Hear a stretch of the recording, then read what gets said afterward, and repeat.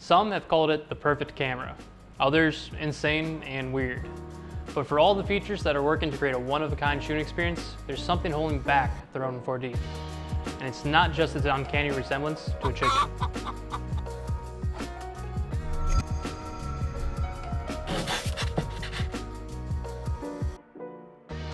The Ronin 4D is a camera innovation that vertically integrates all of the best DJI technology into a single entity. It's a newcomer trying to break into an already established field, and all the while the camera looks more like a prop gun in a sci-fi movie than a traditional camera body. One standout feature of the Ronin 4D is the Z-axis on the gimbal.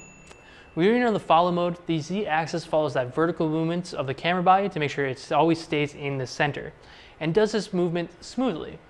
This is great for shots that have a little bit more bounce to them naturally, running tracking shots, shots that are going up or down stairs, and that low sweeping hero shot. The next mode is lock mode. These are great for horizontal tracking shots, or shots that involve movement, panning, sweeping movements, or simply any shots where you don't want to change the height of the camera. It's a matter of personal preference, but there's something so satisfying about just having your subject walk through space and having the shot look like it's filmed using one long piece of track. The last mode of the Z-axis is off, and your camera still acts like a gimbal, but now you have a little bit more organic bounce. We also use this mode when we go onto the tripod, obviously for interviews, because we want to conserve battery. Where you have to manually adjust all the other gimbals on the Ronin series, here they come with really nice instructions on what you actually have to do. So if you press that gimbal function, it'll tell you need to come back on tilt a little bit, you might have to move over on pan, or you have to adjust the Z-axis just a hair. And all of those are done through nice, feel-good knobs that are tight, are easy to move, and pretty precise. On the body itself, you also have the handles. These are sturdy, are able to go into any direction that you need them to, and have all of those hot buttons that you actually need to use on set. On the rest of the body, you're going to see one last bit of a surprise, and those are the antennas on the side for transmission. The video system is just incredible. It works robustly. The ability to work with another person and use external controls gives us the ability to essentially double our consciousness. One of the things that was honestly amazing when operating this camera was trying to remember that static shots even existed. Now, what's it like to actually operate the camera itself? Simply put, this thing is heavy. Holding this camera turns into a killer bicep workout in a matter of minutes. We advise getting yourself a ready rig of some sort, or some sort of device to take the weight of the camera off of you, even just a little bit. And this brings us to our first complaint about the Ronin 4D. What I can and cannot capture is not specified on the camera. When you go to select your shooting options, the UI doesn't tell you what you cannot select. You can select it, and this is one area where graying out the boxes could just be helpful. Now, what's our next complaint? It's the audio capture on this camera, or lack of a good one. You only have two options for audio, capturing that in camera on the body through sucking microphones, or through an input 3.5mm mic jack on the body. One thing we absolutely have to talk about is the top handle. And the top handle is nice, it's sturdy, it's great to use, but there's one thing missing. And no, it's not the tilt function or the mode function that's on here, it's the record button. There's no record button on the top handle, and we think that's a miss, especially if you're trying to get those shots down low. Now, next on the list of things that just aren't fine-tuned yet to perfection is the autofocus system. DJI's LiDAR-based system really changes the game by using the science of light and lasers to create a solid autofocus system. In wide-open, clear, non-reflective rooms with subjects in non-reflective clothing, it's great because the LiDAR is a laser-based technology. What happens when that beam of light shoots out and doesn't get reflected back into the LiDAR system? Say when it's foggy out there, or there's an aerosol atmosphere. This is all to say that there are situations when autofocus does not work on this camera. And yes, autofocus is a luxury, not a right. But when so many other cameras get it right, you'd hope that DJI would eventually adopt an AI solution that can work in conjunction with the LiDAR solution. What are some other situations that we found the autofocus didn't work well in? Well, narrow hallways where there were tiny subjects in the foreground, and when there are large open spaces with one subject and a wall.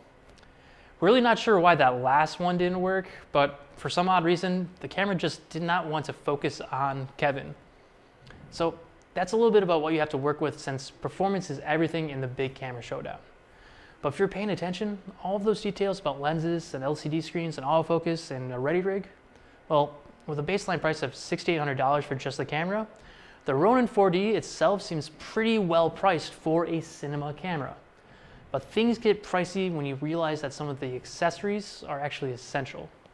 Now the video transmitter is $400, the hybrid remote monitor is $17, extra batteries are $180, the custom 1 terabyte custom SSD is $800, a lens is $1,300, and a stabilization vest costs $636.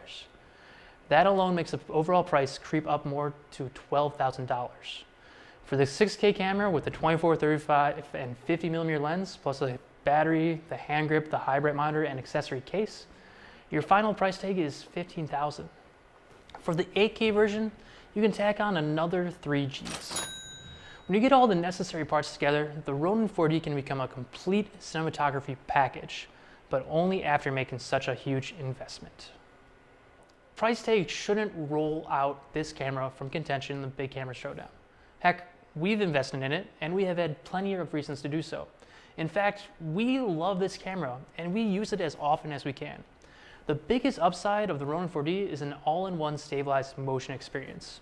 There's truly nothing else that compares with the consolidated technical abilities of this camera. Let's check in with Kevin, our editor at Beyond the Specs, to see what he thinks about the Ronin 4D image quality.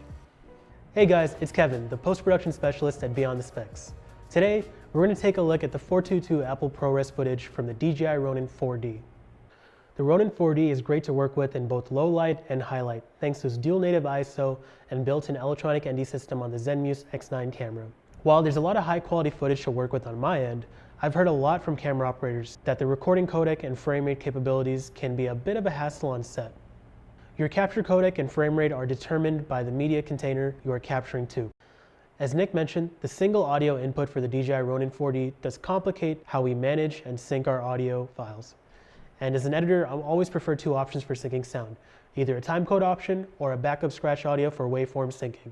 Without 2 options, a mistake on set could mean I will manually be syncing audio in post. Despite the audio shortcomings, the image quality is nice, and the color fidelity is pretty faithful.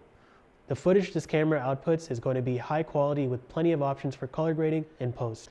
That being said, the Ronin 4D is not the shooting quality or color fidelity of the red helium 8K. It is also another one of those cameras where you want to expose to the right. While it has a lot to offer and significantly reduces camera shake, there's certainly a time and a place to use this camera, and other times when it might make more sense to opt for a gimbal. But for more on that, let's hear from Nick. The Ronin 4D is truly one of a kind.